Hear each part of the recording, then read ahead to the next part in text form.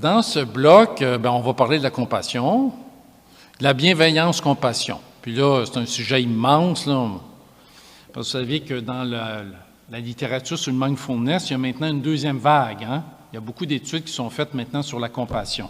Hein? Autant on disait que le mindfulness, la pratique de la pleine conscience, amenait des bienfaits physiques et psychologiques.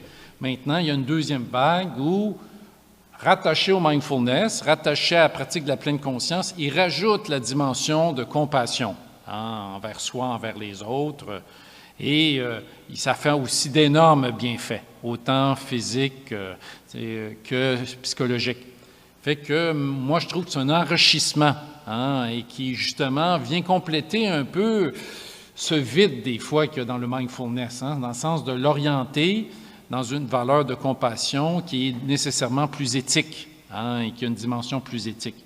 Fait qu'il y a beaucoup d'études en neurosciences maintenant qui voient les bienfaits de la compassion, de la bienveillance sur le cerveau, sur l'être humain. C'est extraordinaire, c'est une nouvelle vague d'études et moi, ça me passionne. Bien sûr, on peut faire des liens avec l'Évangile, hein? Parce que dans le bouddhisme comme dans l'Évangile, la pleine conscience est en lien avec la confiance et la compassion. Hein, quelle était l'intention de foi de Jésus? Hein? Jésus avait une intention, c'est ça, son intention de cœur, c'était le Père, mais aussi il avait l'intention que tous soient un. Hein? Il portait en lui ce désir d'unité de tous, ce désir d'unification, hein, de briser les isolements. Hein? Il passait son temps à avoir cette compassion envers le petit, le pauvre, le réintégrer dans la société par la guérison, par l'accueil. Jésus est là, qui accueille la brebis blessée, la brebis écarée, qui la remène. Et on voit ce mot grec, hein, de compassion. Hein? Jésus avait compassion, hein, de la foule. Il y avait aussi à un moment donné, dans l'Évangile de Marc, j'en lis juste un lépreux vient à lui, le supplie et s'agenouilla, lui dit, « Si tu le veux, tu peux me purifier. » Ému de compassion, il étendit la main, le toucha et lui dit, « Je le veux, sois purifié. » Et aussitôt, la lèpre le quitta et il fut purifié. Hein, ému de compassion, ému jusqu'aux entrailles, ce mot grec, hein, de Jésus face aux lépreux, bien, il l'a aussi dans différents endroits de l'Évangile, face à la foule, qui est comme des brebis sans berger. Fait que cette compassion, hein, qui est une entraille, là on le voit bien, Jésus ne fait pas juste être ému de compassion, il agit pour aider, hein, guérir. C'est ça la vraie compassion. La compassion a deux faces. Il y a une face plus passive, mais il y a une face plus active aussi. Hein? La compassion, c'est pas juste d'être touché. C'est pas juste de l'empathie où on est touché, c'est déjà pas mal, là, touché par la souffrance de l'autre. Hein? Je dirais que la compassion, c'est une sensibilité à la souffrance de l'autre, mais avec le désir de soulager cette souffrance. Hein? C'est pas parce que je verse une larme sur les souffrances de l'Ukraine que je suis dans la compassion. Mais si je fais quelque chose, oui, c'est que l'empathie est bien, ça fait partie de la compassion, mais ce n'est pas suffisant, hein, pour vous dire c'est quoi la compassion. Un aspect actif. Hein. Fait que la compassion, c'est de la mère de famille par rapport à son enfant. Sa compassion, l'enfant se blesse, elle aura un aspect plus maternel, réconfortant, enveloppant autour de l'enfant. Mais il y a une autre facette de la compassion qui est aussi importante, qui est la façon plus active, protégée. Hein? La compassion de la maman envers l'enfant va être la même chose, va se transformer en force furieuse si son enfant est attaqué. Par compassion, elle ne va pas le laisser faire, là. Elle va le protéger. Fait que la compassion n'est pas juste passive, elle est active aussi. Hein? C'est deux facettes de la même réalité. Fait que ce que je vais parler aujourd'hui, c'est un petit peu plus de la compassion envers soi, ou de la bienveillance, hein, déjà c'est bien, la bienveillance envers soi, qui prend une couleur de compassion quand il y a de la souffrance, hein, parce que c'est celle que je dirais que chez les chrétiens on a le plus besoin. D'abord, c'est vrai pas juste pour les chrétiens. Il y a des études qui démontrent, ceux qui font des études sur la compassion, que les gens en général ont plus de compassion facilement envers les autres qu'envers eux-mêmes. Hein? Pourtant, je suis certain que vous n'avez aucun doute que c'est bon pour soi. Hein? Tu aimeras ton prochain comme toi-même. Hein? Tu fais partie de l'amour du prochain. Tu devrais au moins avoir la même compassion que tu as envers le prochain, envers toi-même. Hein? Les deux sont liés de toute façon. Hein? C'est pour ça que je parle si j'ai de la compassion envers moi, nécessairement je vais en avoir envers l'autre. C'est tout lié, c'est le même amour. Hein? Il y a des gens qui sont très durs envers eux. Se jugent, s'autocritiquent. Hein? On a un petit juge intérieur qui nous écrase. Hein? Ça veut dire que ceux-là, il ne faudrait pas... La règle d'or, vous la connaissez, hein, faire aux autres ce qu'on aimerait qu'on nous fasse. Hein, c'est une règle d'or dans toutes les traditions qu'on retrouve dans l'Évangile. Mais il ne faudrait pas dire... Il ne faudrait pas faire aux autres ce que je me fais à moi-même, des fois. Comment je me juge sévèrement. Hein? Je ne suis pas bon. On peut avoir un très dépressif qu'on n'oserait même pas faire avec nos amis ou avec les gens qu'on connaît. Hein? Jamais on dirait à un ami, t'es pas bon, tu n'y arriveras pas, mais on peut se le dire des fois. Alors que la compassion envers soi n'est pas de l'égocentrisme. Hein? S'occuper de soi, prendre soin de soi, avoir compassion pour toi, être bienveillant pour soi, c'est de l'amour. Hein? Et ça nous permet d'aimer mieux les autres. Parce que c'est en ayant de la compassion envers soi qu'on dégage des ressources pour aider les autres. Parce qu'est-ce qui arrive quand je donne, puis je ne m'occupe pas de moi, puis que je ne m'aime pas, puis je ne mets pas des limites, puis tout ça? Je m'épuise. Moi, j'en vois des gens arrivent dans le burn-out. Est-ce qu'ils peuvent aider les autres après? Non. Ils peuvent être des mois à se rétablir. Mais que s'occuper de soi, prendre soin de soi, c'est pour mieux aimer et aider les autres. C'est un équilibre entre les deux. Je fais une belle citation de Thupten Jinpa, qui est justement étudié à l'université sur la compassion. Les êtres compatissants pour eux-mêmes prennent soin d'eux tout en étant attentifs aux sentiments, aux besoins qui les entourent. C'est pas un ou l'autre. Tu peux faire les deux, avoir de la compassion envers toi, de l'attention à toi, tout en étant de l'attention à l'autre. En réalité, nous sommes en meilleure santé mentale et physique quand nous sommes bons envers nous-mêmes, ce qui nous permet de mieux prendre soin des autres.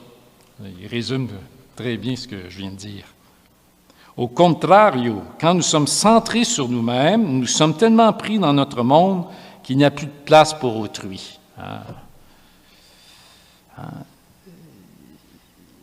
De ne pas assez s'aimer, c'est pas vrai que ça va me donner un meilleur amour de l'autre. Au contraire. Je vais être tellement pris dans mes problèmes que j'aurai plus de temps et d'énergie pour m'occuper des autres. Fait que l'autocompassion, c'est de se traiter soi-même comme un bon ami. Hein, être bienveillant envers soi-même comme on peut l'être avec des amis. Ça, c'est un bon test. Hein? Prenez votre meilleur ami, comment vous le traitez. Est-ce que vous vous traitez au moins comme ça? Hein? Et quand votre ami est en difficulté, là, sa femme l'a laissé, ou il est malade, comment vous le traitez pour l'aider? Quand vous êtes dans des difficultés, comment vous vous traitez? Ça devrait être au moins comme vous traitez un ami en difficulté. L'autocompassion, c'est un regard de bonté sur soi, en lien avec toute l'humanité. On n'est pas tout seul. Toutes les épreuves qu'on vit, les autres le vivent. Ça veut dire que c'est d'être bon avec soi, dans cette conscience de notre humanité commune. C'est considérer ses défauts, ses difficultés avec bonté, compréhension, acceptation, arrêter de se juger. Ça ne veut pas dire qu'on ne s'améliore pas, mais déjà d'avoir un regard bienveillant. Hein? Une mère qui voit son enfant revenir de l'école,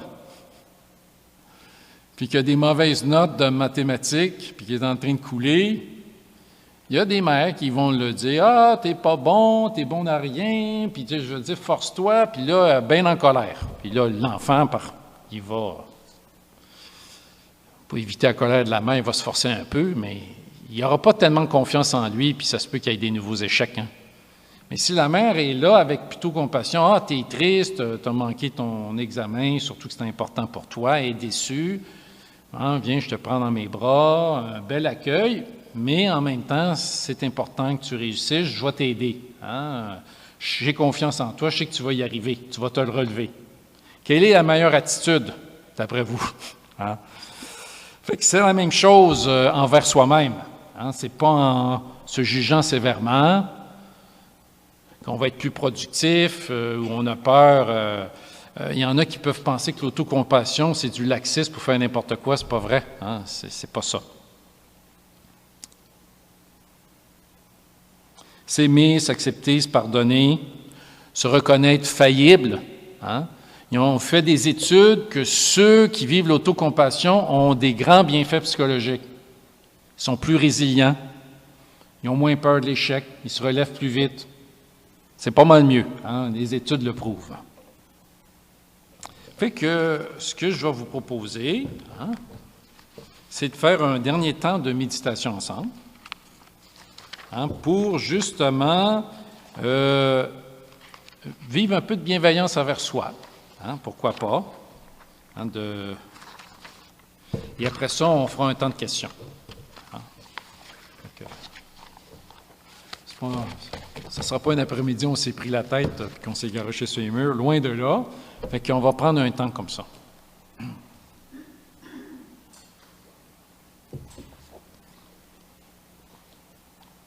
Fait que je t'invite à prendre une bonne posture, le dos droit, digne, détendu. On va commencer par écouter les bruits autour de nous.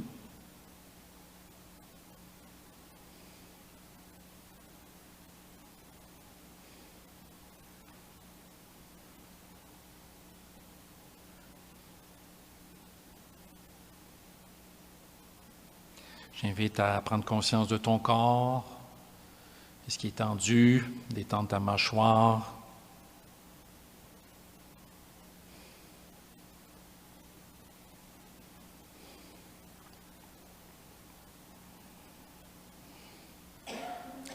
J'invite à prendre conscience de ta respiration, à observer ta respiration.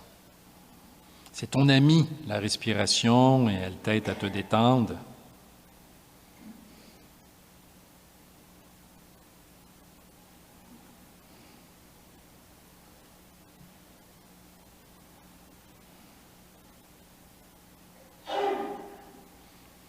Par la respiration, la paix rentre en toi, tu te détends.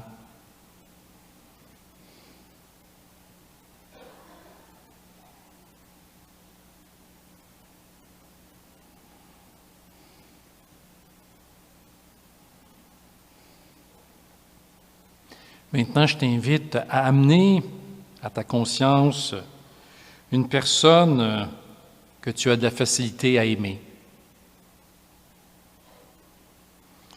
Une personne avec qui tu as une relation facile, aisée. Ça peut être une personne, un humain, mais ça peut être aussi un être vivant. Hein? Enfant, grand-mère, mais ça peut être un chien, un chat, qui apporte du bonheur à ton cœur. Il y en a peut-être plusieurs dans ta vie, mais choisis-en un. Puis, essaie de l'imaginer, sa compagnie. Essaie d'avoir cette image de cette personne ou de cet animal. Ça peut être même un oiseau. Essaie simplement de ressentir, de goûter ce sentiment que tu as en sa présence.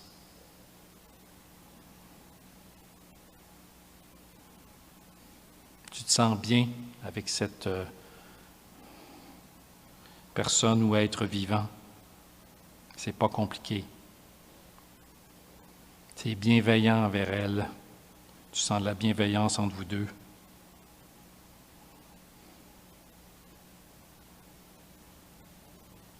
Essaie de savourer ce sentiment.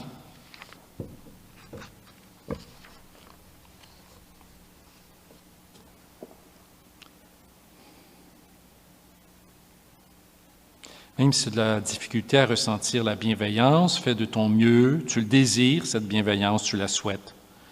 C'est notre bonne volonté, comme on disait, qui compte. On ne sent pas toujours, mais on peut avoir une intention bienveillante de vouloir vivre ce sentiment.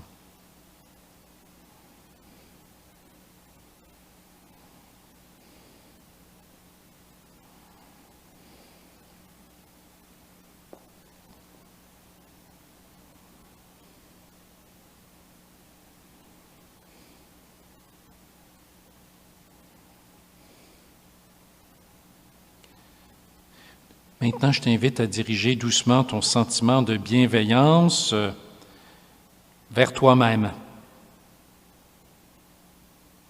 Cette bienveillance que tu as pour ton chien, ton chat, ton enfant, ta grand-mère, ton conjoint, tu la diriges vers toi. Cette attitude bienveillante envers toi.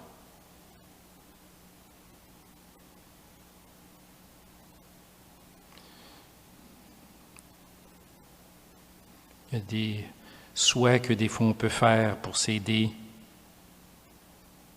des souhaits que l'on souhaite à soi-même, que je sois heureux et délivré de ma souffrance, que je sois en santé, que je sois en paix, que je sois dans l'amour, que je sois bien dans ma vie. Tu te souhaites toutes ces bonnes choses avec bienveillance.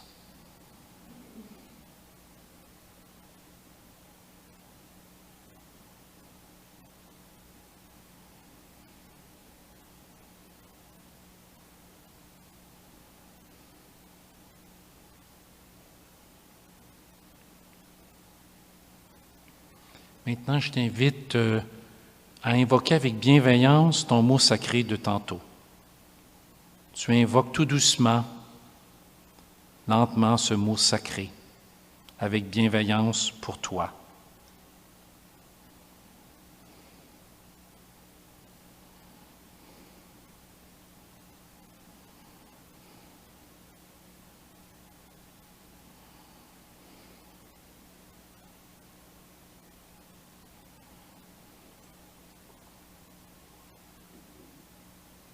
Tu apprécies ce temps de bienveillance envers toi en répétant le mot sacré.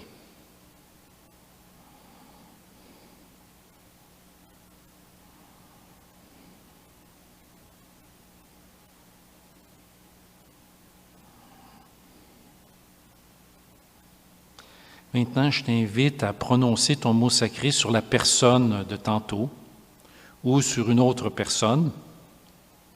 Une personne de ton entourage, un ami, quelqu'un de ta famille, un proche, tu invoques le mot sacré pour cette personne, pour qu'elle soit heureuse, délivrée de sa souffrance.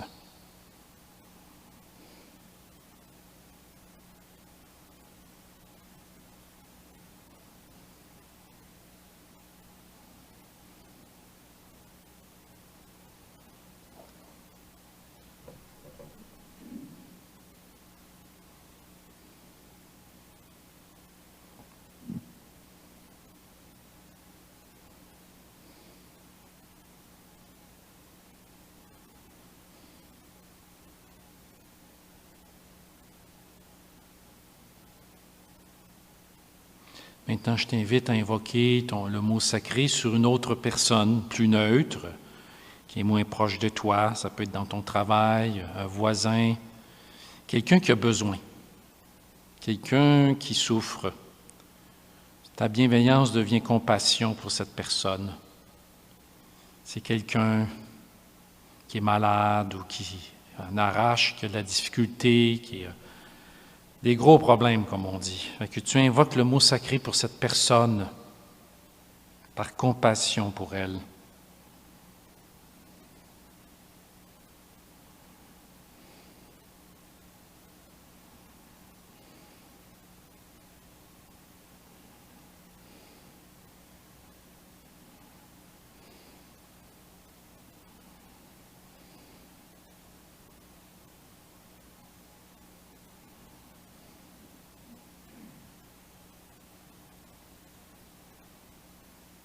Maintenant, je t'invite à, avec compassion, prononcer ce mot sacré sur quelqu'un que tu as de la difficulté à aimer, que c'est plus problématique.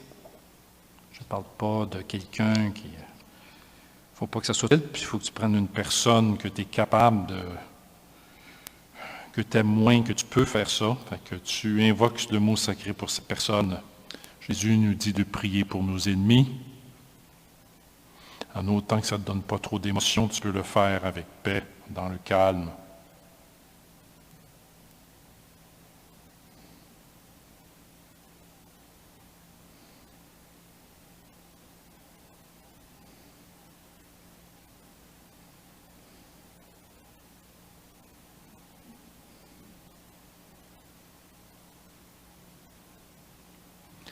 Maintenant, je t'invite à invoquer ton mot sacré sur l'Ukraine.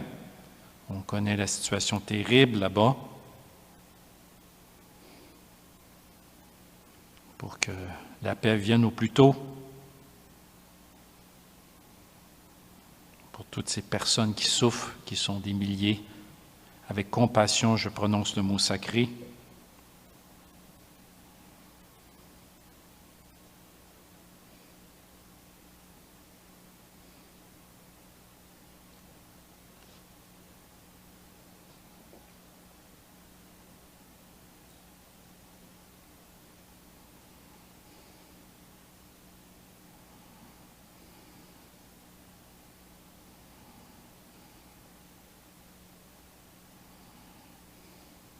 Maintenant, je t'invite à invoquer le mot sacré sur une cause qui te tient à cœur, une personne que tu aurais le goût d'intercéder.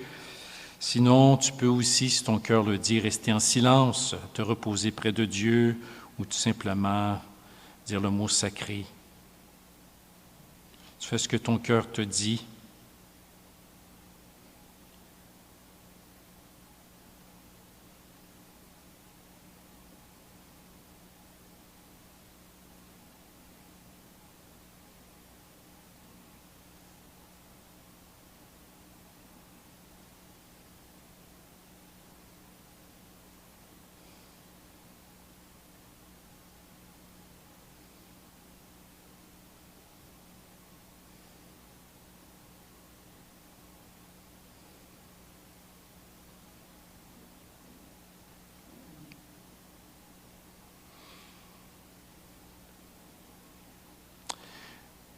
Nous te remercions, Seigneur, pour ce temps de bienveillance et de compassion envers soi et envers les autres. Aide-nous à devenir de plus en plus bienveillants et compatissants comme toi, qui est pleinement compassion totale, bienveillance totale envers nous. Amen. Fait que c'était un petit temps, 3 petits temps, mais je trouvais que c'était bien de les faire pour bien que vous compreniez l'articulation. La première étape, c'était plus une prise de conscience, comme vous allez le voir dans des sessions, hein, mais en plus petit, là, c'était juste de détente. Il y en a qui disent « Ah, ben c'est des méthodes qu'on voit ailleurs, de attention au corps, la respiration ». Après ça, plus l'invocation du mot sacré où on rentre l'intention de foi. Hein? Et après ça, on a une intention de foi, mais en exerçant le vivant avec la dimension de bienveillance et de compassion. Voilà. Fait que maintenant, j'attends vos questions, commentaires, objections.